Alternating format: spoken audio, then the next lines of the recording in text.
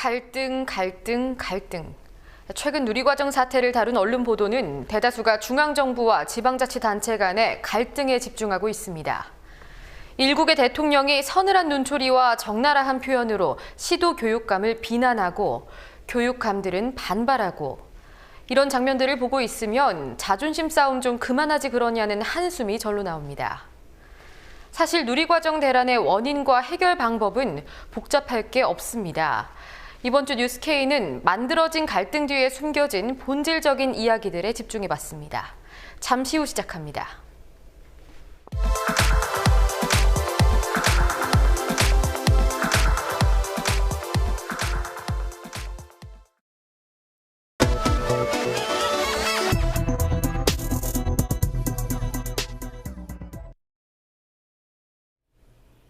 어린이집과 유치원 등 아동 보육기관들이 당장 이번 달부터 누리과정 예산을 받지 못하게 됐습니다.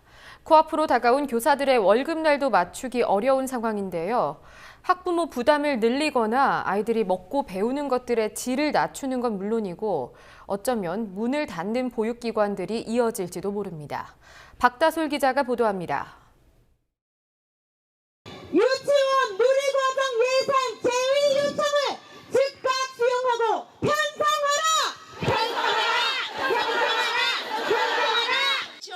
최강 한파가 몰아쳤던 지난 20일, 서울 지역 유치원 원장 500여 명이 서울시 의회 앞에 모였습니다. 아이들 돌보사는 누리과정 예산 다툼 즉각 중단하라! 유치원 원장들은 어제도 서울시 의회를 찾아갔습니다. 서울 지역 유치원과 어린이집 모두 누리과정 예산을 받지 못하게 됐기 때문입니다. 누리과정 예산이 편성되지 않은 다른 지역들의 유치원, 어린이집 원장들도 거리로 나왔습니다. 초조한 건 원장들만이 아닙니다. 유치원, 어린이집에 고용된 교사와 급식조리사, 기사 등은 월급을 받지 못할까 걱정입니다. 가장 걱정되는 건 일단 저희가 이제 생계를 유지를 해 나가야 하는데 이제 당장 다음 달부터 통장의 잔고를 보고 어떻게 이걸로 그동안 내가 살았던 그 형태로 내가 살아갈 수 있는지에 대한 부분이 아무래도 가장 큰 걱정이죠. 저임금 등 가뜩이나 처우가 열악한 이들은 보육 대란 탓에 고용 불안까지 시달리게 됐습니다. 당장 자기가 잘릴까 봐 불안해하죠. 그리고 원장님들도 그 월급을 위해서 대출을 받고 계신다는데 교사를 쓰겠어요? 나가라고 하지. 반을 축소하는 있더라도 교사를 살리진 않는다는 얘기예요. 학부모들도 발을 동동 구르는 중입니다. 누리과정 지원금이 끊기면 유치원은 원비를 인상할 수밖에 없고 그 부담이 결국 학부모에게 돌아오기 때문입니다. 저희는 사실 매달 적자예요. 그런데 22만 원을 또 추가로 내야 된다 그러면 저희 같은 경우에는 비맞벌이기 때문에 결국 제가 데리고 있어야 되는 상황이 되는 거죠. 그러면은 저는 또 꼼짝을 못 하는 거고 아이들은 친구들과 헤어져서 또 혼자 외톨이로 있어야 되니까 스트레스를 받는 거죠. 사립유치원을 다니는 아이의 경우 한 명당 22만 원의 지원금을 받습니다. 종일반에 다니는 맞벌이 부부의 자녀에겐 7만 원의 지원금이 추가로 지급됩니다. 종일반비랑 뭐 급식비 뭐 그런 것들 다 포함해서 월 그냥 35만 원 정도가 이제 부모 부담금이었는데 이제 지원금을 안 받게 되면은 이제 그게 배가 되는 상황이에요. 저는 다행히 하나지만 두 명 있는 분들은 또 금액이 또 배가 되다 보니까 많이들 좀 어려워하고 있는 상황이에요. 누리과정 지원 중단으로 가장 큰 피해를 입는 건 결국 아이들입니다. 그냥 예상되는 것은 교재를 줄인다던가 그러다 보면 아니면은 뭐 그게 나중에 간식이나 급간식에 영향을 준다든가 아니면 교사의 급여를 못 준다든가 뭐 이런 상황이 올 수 있고 그러면 교사는 운영을 마음 편하게 못 하게 되고 자신의 급여라든가 이런 게 처우가 안정적이지 않으면 당연히 아이들을 돌보는 데 있어서 불안정하죠. 결국에는 영향은 아이들이 받게 되지 않을까 좀 그런 게 굉장히 크게 우려스럽습니다. 지난 18일과 20일 이준식 교육부 장관 겸 사회부총리와 각 시도교육감들이 두 차례 만났지만 돌파구는 나오지 않았습니다. 3년째 반복되고 있는 보육대란의 책임을 정부에 확실히 묻겠다는 시도의회와 교육청 앞에서 이준식 장관은 누리과정 예산이 시도교육청 부담이라는 기존의 입장을 굽히지 않고 있습니다. 국민TV 뉴스 박다솔입니다. 보수 정당이 본격적으로 무상보육을 들고 나온 시점은 지난 2010년 지방선거였습니다. 진보 정당의 무상급식을 잡기 위한 주요 공약이었는데요. 누리과정이 시행되기까지의 과정을 살펴봤더니 지금의 보육 대란은 예견된 일이었습니다. 도혜민 기자입니다. 자녀를 가지는 것이 걱정이 아니라 축복이 될 수 있도록 국가 책임 보육 체제를 확실하게 세우겠습니다. 5살까지의 아이는 국가가 무상 보육을 책임지겠습니다. 박근혜 당시 대통령 후보는 국가가 보육을 책임지겠다고 강조했습니다. 4년 차를 맞은 박근혜 정부. 만 3세에서 만 5세 아이들의 보육과 교육을 지원하는 누리과정은 예산 문제로 멈춰설 위기입니다. 누리과정은 이명박 정부에서 도입됐습니다. 지난 17대 대선에서 만 5세 이하 모든 아이들의 보육시설 이용 금액 지원을 주요 공약으로 내걸었던 이명박 전 대통령은 임기 말인 2012년 3월 만 5세를 대상으로 누리과정을 시행했습니다. 선별적 복지를 주장하던 이명박 정부가 방향을 튼 계기는 2010년 지방선거였습니다. 당시 언론은 무상급식을 내걸었던 야당을 잡기 위해 정부 여당이 무상보육 정책을 꺼내들었다고 분석했습니다. 19대 총선을 앞둔 2011년 5월, 이명박 정부는 내년부터 만 5세 공통과정을 도입하겠다고 발표합니다. 핵심은 유치원과 어린이집의 교육과정을 통일하고 정부가 보육과 교육에 들어가는 비용을 지원하는 것입니다. 여기에 투입되는 예산은 2014년까지는 국고와 지방교육재정 교부금으로 2015년부터는 교부금으로만 충당하기로 계획했습니다. 같은 해 12월, 이명박 정부는 2013년부터 지원 대상을 만 3세까지 확대하겠다고 발표합니다. 지방자치단체와 교육청이 이때부터 예산 부담에 대한 우려를 꺼내놨지만 당시 정부는 교부금이 늘어날 것이라며 문제없다는 태도를 보였습니다. 지난 18대 대선에서도 무상보육 공약은 이어졌습니다. 박근혜 후보와 문재인 후보 모두 지원 대상을 만 5세 이하 모든 아이들로 확대한 무상보육을 공약했습니다. 누리과정을 둘러싼 예산 논란이 한 차례 벌어진 뒤였지만 박 후보는 증세 없이 예산을 안정적으로 확보하겠다고 밝혔습니다. 박근혜 정부 내내 지방교육청들은 누리과정으로 인한 재정 부족을 호소하고 있습니다. 지난해 시행령을 고쳐 누리과정 예산 전액을 교육청의 부담으로 떠민 박근혜 정부는 국가가 책임지겠다던 대선 공약은 잊은 채 예산을 편성하지 않은 교육청을 검찰에 고발하겠다는 으름장만 놓고 있습니다. 국민TV 뉴스 도혜민입니다. 지난 13일 대국민담화에서 박근혜 대통령은 누리과정 사태의 책임을 각 시도교육청에 돌렸습니다. 교육감들이 의지만 있다면 얼마든지 예산을 편성할 수 있는 상황이고 작년까지 교부금으로 잘 지원했는데 이제 와서 거부한다. 정부가 제대로 지원을 했는데도 교육감들이 생떼를 쓰고 있다는 건데요. 우선 여기서 말하는 교부금이 무엇이고 정부가 교부금을 지원했다고 볼 수 있는지 살펴보겠습니다. 지방교육재정 교부금은 각 지역의 균형 있는 교육 발전을 위해서 내국세의 20.27%를 교육기관이나 교육행정기관에 교부하는 예산을 말합니다. 원래부터 교육 살림에 사용돼 온 예산이지 누리과정만을 위해서 지원된 게 아닙니다. 정부는 이 교부금이 매년 늘어날 거라고 예상했습니다. 지금 보시는 건 정부의 예상치인데요. 하지만 실제 교부금은 달랐습니다. 박 대통령이 집권한 뒤에 감소세를 보이더니 지난해에는 정부 예상치보다 무려 10조 원이 모자랐습니다. 하지만 누리과정이 이미 시행됐으니까 교육청도 손을 놓고 있을 수는 없었겠죠.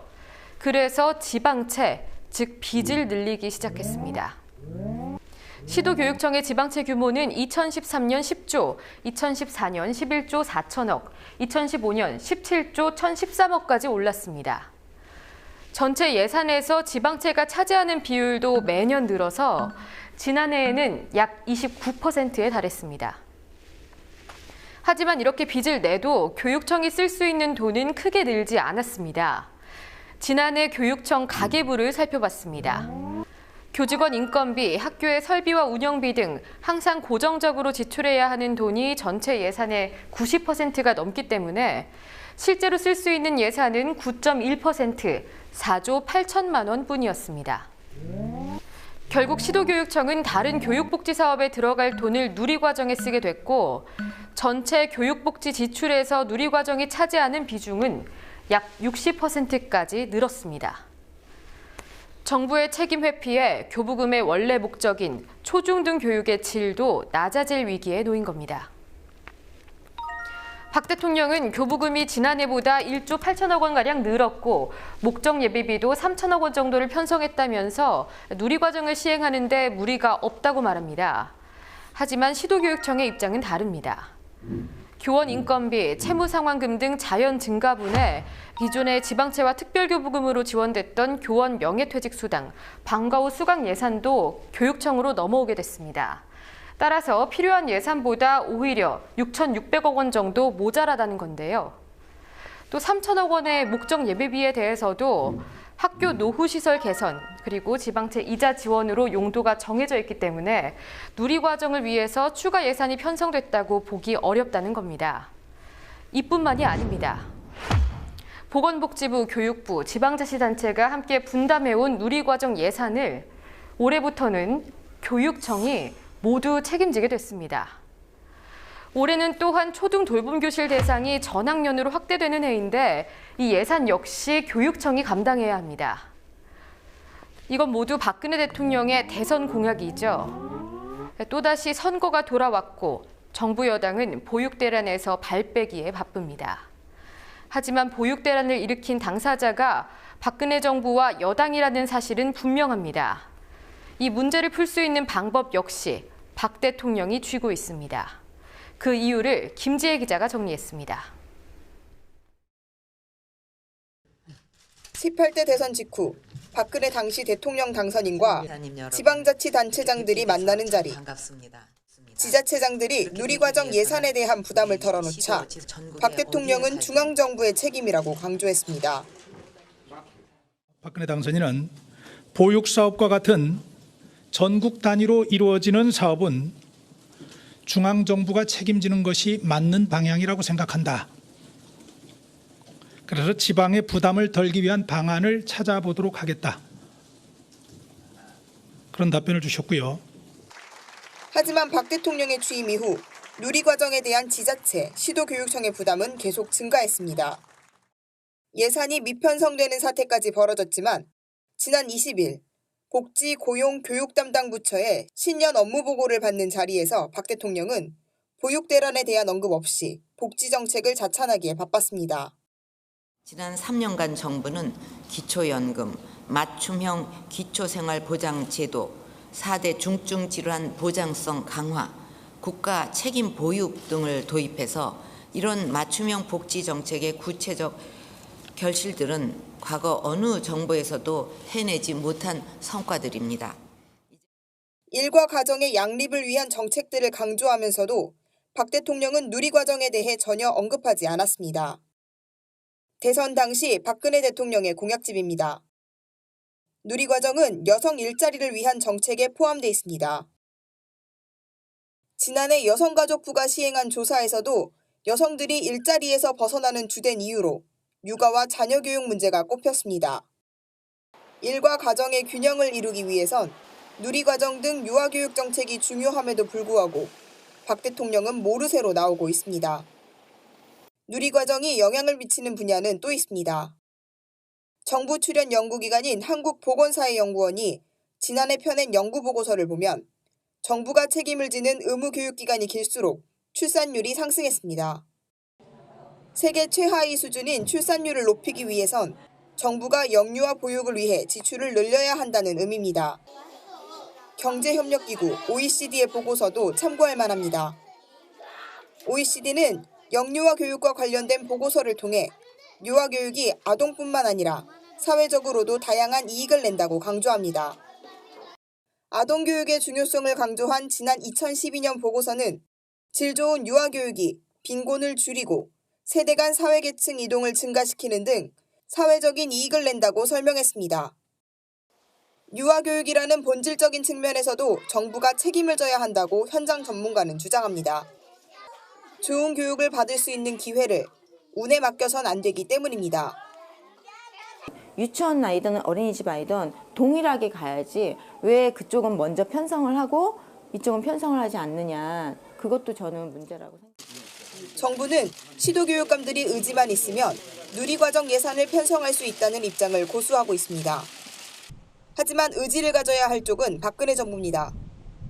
지난 2013년과 14년 박근혜 정부 2년 동안 줄어든 법인세는 22조 4천억 원. 이 가운데 10대 대기업이 감면받은 세금이 5조 원입니다. 국민TV 뉴스 김지혜입니다.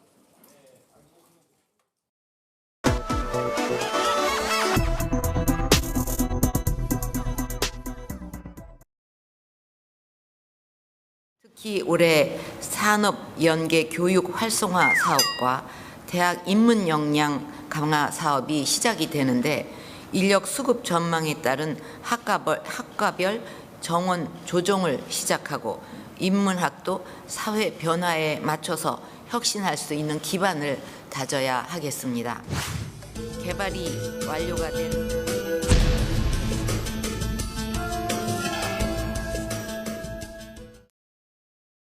일문 더하기 품은 일본 프랑스 한문학과, 영문 더하기 일문 항공서비스학과, 국문 더하기 전자전파 웹툰 창작학과.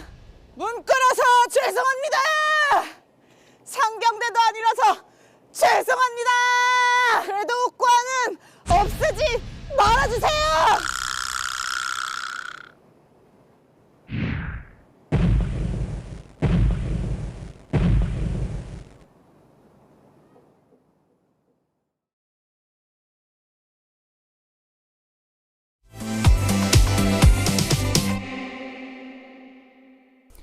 (1월) 넷째 주 뉴스K 주간 브리핑입니다.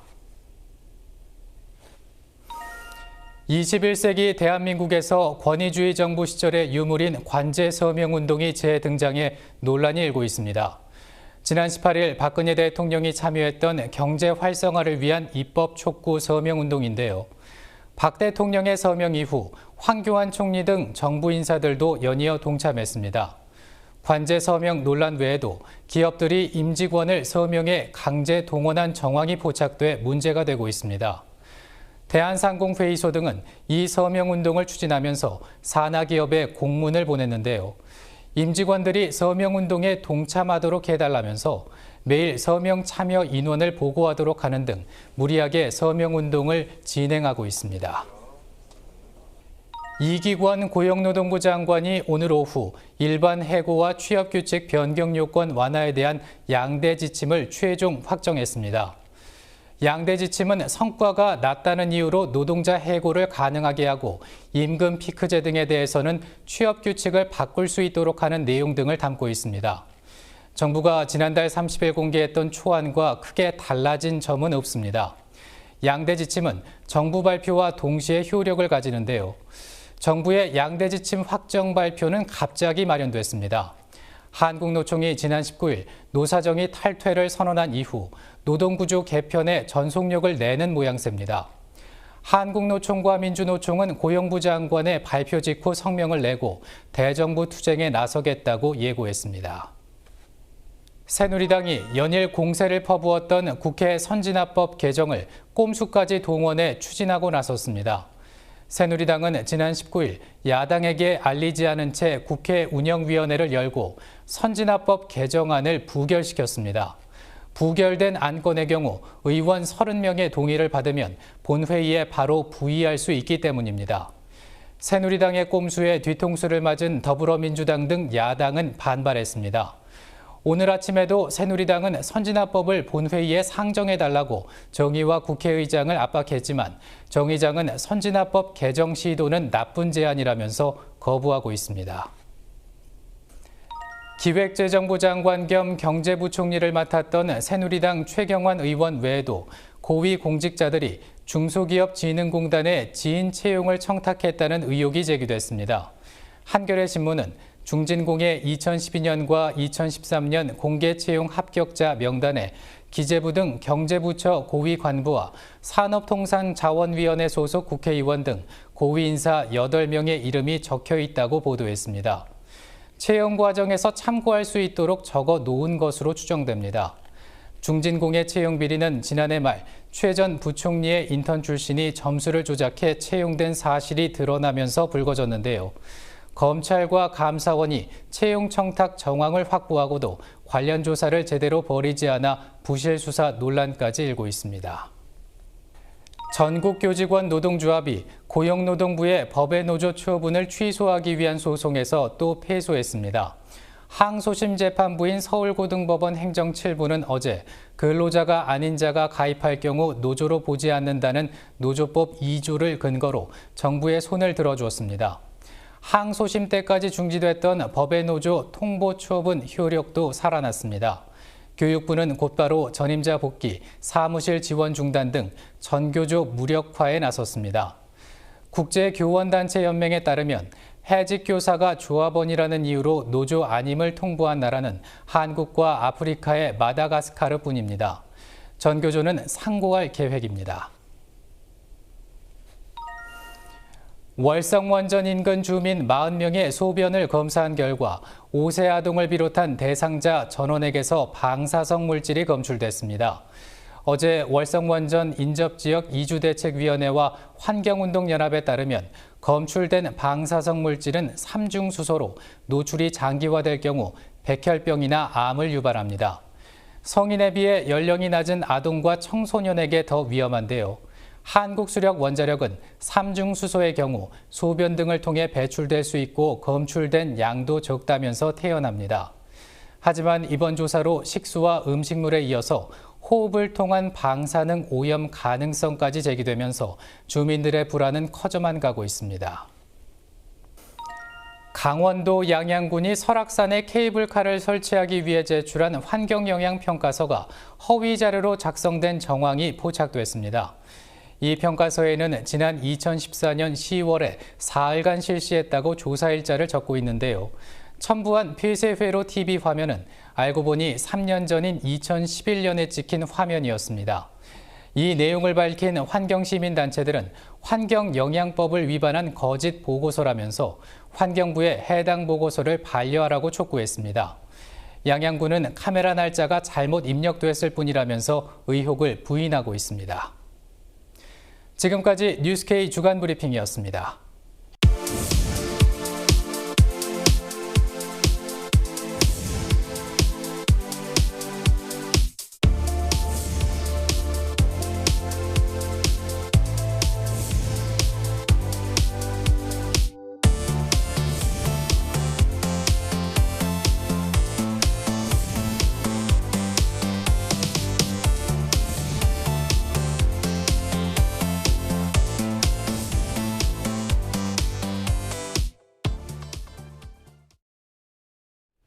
용산 참사 진압을 지휘한 김석기 전 서울경찰청장이 용산 참사 피해자들을 과격 폭력 시위대로 표현해 논란입니다. 심지어 이 표현은 자신이 총선 예비후보로 나선 경주 지역의 시민들에게 선거운동 메시지를 보낼 때 사용됐는데요. 공권력에 의해 지난 시간을 그리고 미래를 잃어버린 사람들은 7년 전 남일 땅을 기억하고 있습니다. 지난 20일이었던 용산 참사 7주기를 추모하는 자리들이 이번 한 주간 이어졌는데요. 어제 참사의 현장에 모인 피해자들의 이야기를 뉴스K 카메라에 담았습니다. 저희들 마음속에는 2009년 1월 20일로 멎어 있습니다. 저희들이 7년 동안 거리로 헤매고 세상으로 헤맸지만 달궈진 건 아무것도 없습니다.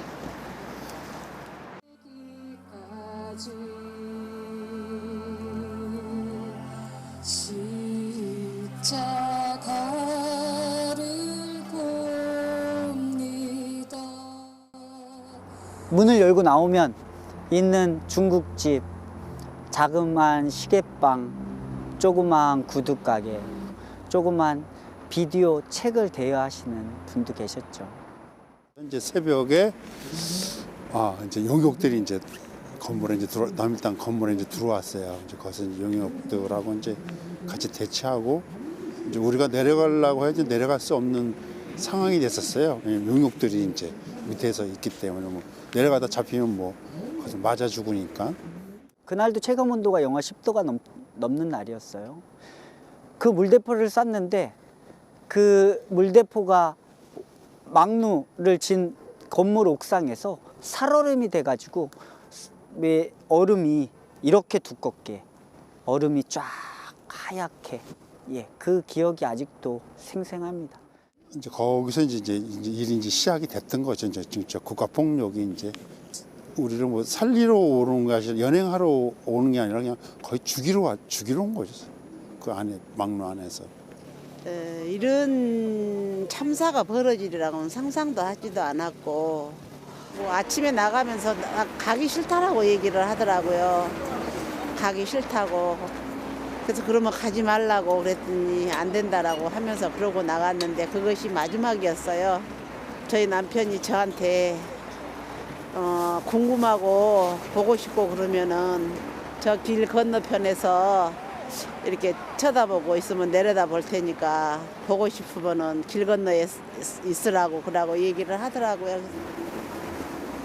그렇게 그 말이 그렇게 마지막이 될 줄은 누가 생각이나 했겠어요. 예. 이 길을 지나다니면서 항상 제 마음속으로 그래요. 나 여기 가고 있는데 보고 있느냐고.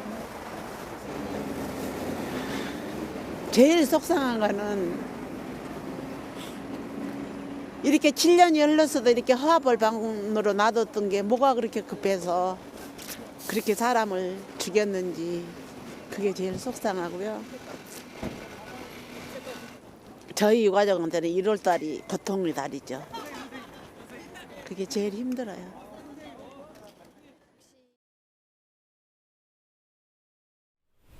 오늘 집중적으로 다룬 누리과정, 짤막한 영상 구성으로 전해드린 대학학과 통폐합. 모두 교육 관련 사안이 정쟁으로 뒤덮인 사례입니다. 사안의 본질이 가려지는 동안 무엇이든 정치가 개입하면 피곤하고 복잡해진다는 혐오가 퍼지는 동안 정부와 정치인, 언론은 어떤 역할을 해왔을까요? 유권자인 국민은 책임이 없는 걸까요? 너도 나도 새로운 정치를 표방하는 요즘, 진짜 새로운 정치란 누구의 손에서 나올 수 있을지 다시금 되새겨보게 됩니다. 총선이 다가오고 있습니다. 뉴스 마칩니다. 시청해주신 조합원, 예비조합원 여러분 고맙습니다.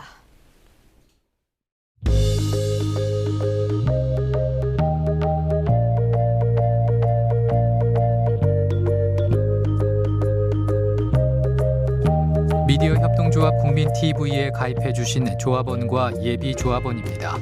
손선환, 이상훈, 함수연, 박성준, 이계민, 박지원, 최지원, 오성률, 박대화, 김정훈, 노승채. 자본과 정치 권력의 자유로운 언론 미디어 협동조합 국민TV에 가입해 주셔서 감사합니다.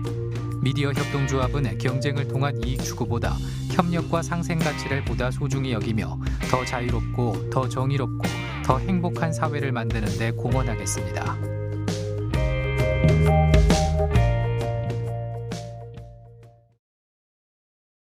이거 나와야 되는데.